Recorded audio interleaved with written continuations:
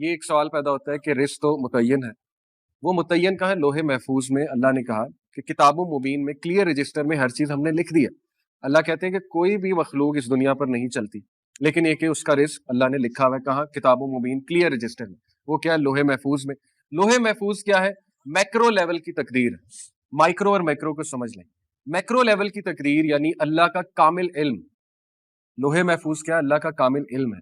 اللہ نے پین کو بنایا سب سے پہلے، اور پین نے کہا کہ اللہ نے کہا لکھ دو۔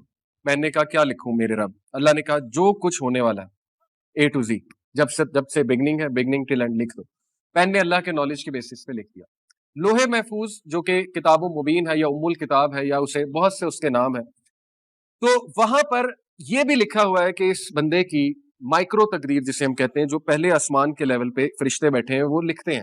اللہ کے نبی صلی اللہ علیہ وسلم نے ان کو لکھتے سنا، کہا کہ جب میں جا رہا تھا معراج پہ تو مجھے پینس کی آوازیں آ رہی تو لکھ رہے ہیں، وہ ہر وقت بزی ہیں، ان کو انسٹرکشن 7ویں آسمان سے آتی ہیں، یہ لکھ دو، اب یہ لکھ دو۔ لیلۃ القدر کی رات جو ہے ان کو بتایا جاتا ہے یہ چیز چینج کرو، یہ ایڈیٹنگ کرو، یہ بندہ یہ دعا کر رہا ہے، نیک عمل کر رہا ہے، ڈیلی بھی وہ بزی ہیں، ڈیلی ڈکری بھی ہوتی ہے، ہمارے اعمال پہ ڈیپینڈنٹ ہے۔ مثال کے طور پہ ہمیں آج ایک چیز ملنی تھی، ہمارے کسی گناہ کی وجہ سے رک جاتی ہے، اس کو کہتے ہیں تقدیر، اس کو کہتے ہیں کہ وہ چیز آپ کو گناہ کی وجہ سے نہیں ملی۔ یہ ہے گھٹنا کہ اللہ کہتے ہیں نا، اللہ جس کا چاہتا ہے رزق کشادہ کرتا ہے، جس کا چاہتا ہے گھٹاتا ہے۔ اصل میں کہاں گھٹ رہی ہوتی ہے یہ چیز؟ ڈیلی ڈکری میں، ایئرلی ڈکری میں بھی ایک سال کے اگلے میٹرز میں ہو سکتا ہے آپ کو کوئی چیز ملنی ہو، لیکن آپ کے کسی گناہ کی وجہ سے، آپ کے کسی چیز کی وجہ سے وہ چیز رک گئی، لیکن لوح محفوظ میں لکھا ہوا ہے کہ یہ چیز آپ کو ملنی۔ اس کی ٹائمنگ کیا ہے؟ یہ ڈیلی ڈکری، ایئرلی ڈکری فرشتوں کو بتایا جاتا ہے، پلس مائنس ہوتا رہتا ہے۔ آئی ہوپ کہ یہ ایک بڑا ٹیکنیکل اور بڑا کمپلیکس کانسیپٹ ہے، آئی ہوپ کہ آپ کو اس مثال سے سمجھ آ گیا ہوگا۔ تو اس میں کوئی کنفیوز ہونے والی بات نہیں، لوح محفوظ اللہ کا کامل علم ہے۔ میں ابھی یہ موبائل یوں پکڑ رہا ہوں، اللہ کو پتا ہے، اسی لیے میں اللہ کی عبادت کرتا ہوں، اسی لیے میں پراؤڈ ہوں اللہ کا ورشپر۔ دیکھیں آج میں آپ کو کہوں کہ ایک ایسی ہستی ہے جس کو آپ کا سب پتا ہے، A to Z، آپ کا جو آپ نے کرنا ہے، ابھی آپ نے یہاں سے چل کے وہاں جانا ہے، وہ بھی اس کو پتا ہے۔ آپ کہیں گے کون ہے؟ آپ تو بیعت کر لیں گے جا کے، آپ کہیں گے میں تو ملاؤ اس سے، کون ہے؟ یہی اللہ ہے، اللہ کے علاوہ کوئی نہیں ہے۔ غیب کا علم اللہ کے علاوہ کسی کو نہیں ہے، خزانوں کا علم اللہ کے علاوہ کسی، میری فیٹ اللہ کو پتا ہے اور میں اس میں پراؤڈ ہوں۔ اس میں کوئی چیلنج کرنے کی ضرورت نہیں ہے کہ یہ کیا، یعنی اللہ کو پتا ہے۔ کوئی کچھ لوگ کہتے ہیں جی کہ اچھا اللہ کو پتا ہے کہ آپ جہنمی ہیں یا فلانا جہنمی، تو پھر میرا کیا قصور؟ نہیں، ایسے ہم نے نہیں کرنا۔ اللہ کو پتا ہے، یہ اللہ کا علم ہے اور وہ ہمارا رب ہے، اور اسی لیے وہ رب ہے، اسی لیے اللہ سبحانہ وتعالیٰ اومنی پوٹنٹ ہے، اسی لیے وہ سب سے زیادہ پاورفل ہے، العزیز ہے، الحکیم ہے، وہ خدا ہے، وہ رب ہے، وہ گاڈ ہے، اللہ ہے، وہ اللہ، اور اللہ جیسا کوئی نہیں ہو سکتا۔ اس لیے بی پراؤڈ کہ آپ اس رب کی عبادت کرتے ہیں جس کو سب پتا ہے۔ اس لیے ہم اس سے رہنمائی طلب کرتے ہیں کہ اللہ آپ کو پتا ہے میں نے کل کیا کرنا ہے، مجھے نہیں پتا، لہٰذا میرا کل بھی اچھا کر دیں۔ صحابہ ایسی دعائیں کیا کرتے تھے۔ حضرت عمر کہتے تھے کہ اللہ اگر آپ نے مجھے ریچڈ لکھا ہے، بدقسمت لکھا ہے، تو مجھے خوش قسمتوں میں شامل کر لیں، مجھے بلیسڈ بنا دیں۔ یہ دعا کتنی پسند آئی ہوگی اللہ کو۔ اس میں اکنالجمنٹ بھی ہے کہ اللہ میں تیرے کامل علم کی اکنالجمنٹ کر رہا ہوں کہ تجھے سب پتا ہے، لیکن ریکویسٹ بھی کر رہے ہیں۔ اللہ کو یہ دعا کتنی پسند ہے، اور چینج ہوتی ہے، دعا سے چیزیں چینج ہوتی ہیں، لیکن اللہ کے علم میں ہے کہ دعا بھی کرے گا اور چینج بھی ہوگی، اسی لیے توفیق بھی اس سے مانگنی چاہیے۔ یہ اس لیول کے کانسیپٹس ہیں کہ اگر ہماری نوجوان نسل اس کو سمجھ لیں تو اللہ سے وہ تعلق بنے گا کہ آپ سوچ بھی نہیں سکتے۔ اللہ سے کبھی جدا ہی نہیں ہوں گے، ہر میٹر میں اللہ کو شامل کریں گے۔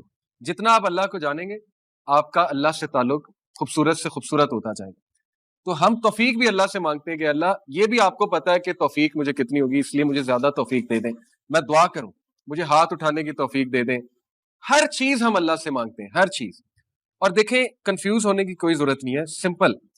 جو بھی قرآن میں حدیث میں کانسیپٹس ہیں نا، تقدیر کے، رزق کے، ان کو ہم نے کس روشنی میں دیکھنا ہے؟ سنت کی روشنی میں، کہ اس کی پریکٹیکل مینیفیسٹیشن کس شخص نے کی؟ رسول اللہ نے۔ پریکٹیکل مینیفیسٹیشن کیا ثابت ہوتی ہے سنت سے؟ سب سے زیادہ قرآن کسے سمجھ آیا؟ اللہ کے نبی کو۔ سب سے زیادہ اللہ کسے سمجھ آیا؟ اللہ کے نبی کو۔ انہیں کیسے سمجھ آیا؟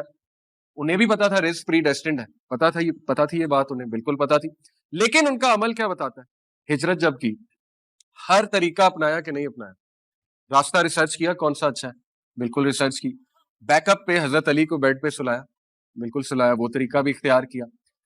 راستے میں جو کھانے پینے کا بندوبست تھا وہ بھی کیا، بالکل کیا، ساری ریسرچ کی، بالکل کی۔ غزوہ خندق کی مثال نے، بہت سی مثالیں ہیں، میں چند ایک دے رہا ہوں۔ اسباب اختیار کیے، بالکل کیے۔ اسپائز کو، حضرت حذیفہ بن یمان کو ایز اے انٹیلیجنٹ اسپائی جو کہ بالکل جائز ہے جنگ کے موقع پہ، بنایا، بھیجا، سارا جو ہے وہ جا کر ان سے انفارمیشن ایکسٹریکٹ کروائی. اس کے بعد ایک پروپیگنڈا بھی جو ہے وہ جائز جو پروپیگنڈا ہوتا ہے وہ بھی اختیار کیا کہ مشرکین کو اور جوز کو آپس میں ذرا ان میں پھوٹ ڈالی جائے.